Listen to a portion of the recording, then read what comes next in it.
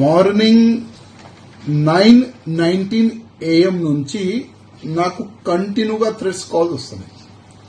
అదేవిధంగా దీంట్లో కొన్ని కాంటాక్ట్ నంబర్, ప్రైవేట్ నంబర్ కూడా వస్తున్నాయి. ఇంకొక వాట్సాప్ కాల్ వచ్చింది. మళ్ళా వాట్సాప్ లో వాయిస్ మెసేజ్ థ్రెడ్ కూడా అయినా చేస్తుండే ఫోన్లు చేసి. దీంట్లో పాలిస్తీనీ ఒక టెర్రరిస్ట్ ఒక ఫోటో కనబడుతుంది, దానిపైన నంబర్ కూడా ఉంది. ఇది చేస్తాం, అది చేస్తాం, ధర్మం పట్ల నువ్వు అసలు పని చేయకూడదు, నువ్వు బంద్ చేసుకో, కన్వర్ట్ అయిపో నువ్వు, లేకపోతే నీకు నీ ఫ్యామిలీకి చంపేస్తాం. ఆ విధంగా ప్రతి ఫోన్ నుంచి అదే థ్రెట్స్ కాల్స్, బెదిరింపు కాల్స్, అదే మాటలు మాట్లాడుతున్నారు. నేనేం చేసిన అంటే, నీ ఎన్ని నంబర్ ఉన్నాయిరా అని నా అడిగిండు. నేను చెప్పినా నాకు ఇంకొక నంబర్ కూడా ఉందిరా భయ్ అని చెప్పిన. గూగుల్లో సెర్చ్ చేసి తెలంగాణ ముఖ్యమంత్రి గారు రేవంత్ రెడ్డి గారు నంబర్ ఈయనకి ఇచ్చేసిన.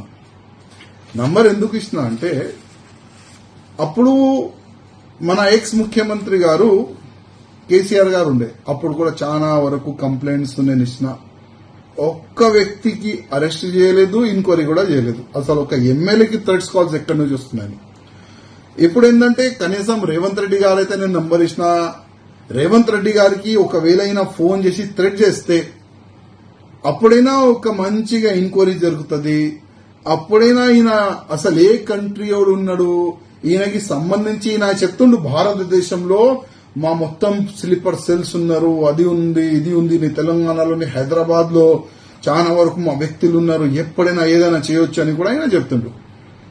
అప్పుడైనా రేవంత్ రెడ్డి గారికి నా మెసేజ్ గానీ ఫోన్ చేస్తే అప్పుడైనా ఒక్క ఎంక్వైరీ జరుగుతుందని రేవంత్ రెడ్డి గారు కూడా నంబర్ ఇచ్చేసిన, జస్ట్ ఎంక్వైరీ గురించి. అంటే ఒక ముఖ్యమంత్రి అంటే ఒక ఎమ్మెల్యేకి థ్రెట్స్ కాల్ వస్తే ఏం పట్టించుకుంటలే కదా పోలీసు వాళ్ళు. ఒక ముఖ్యమంత్రికి థ్రెట్ కాల్ వస్తే ఏదైనా పట్టించుకుంటారు, ఎంక్వైరీ చేస్తారని ఆ ఉద్దేశంతోనే మా ముఖ్యమంత్రి గారు కూడా నంబరు ఈయనకి ఇచ్చిన. చూద్దాం ముందు ఏమవుతుంది. ఈ కంటిన్యూ థ్రెట్స్ కాల్ అయితే కంటిన్యూగా అవుతుంది. అసలు ఈ థ్రెట్స్ కాల్ ఎప్పుడు బంద్ అవుతుంది మాకే తెలియదు.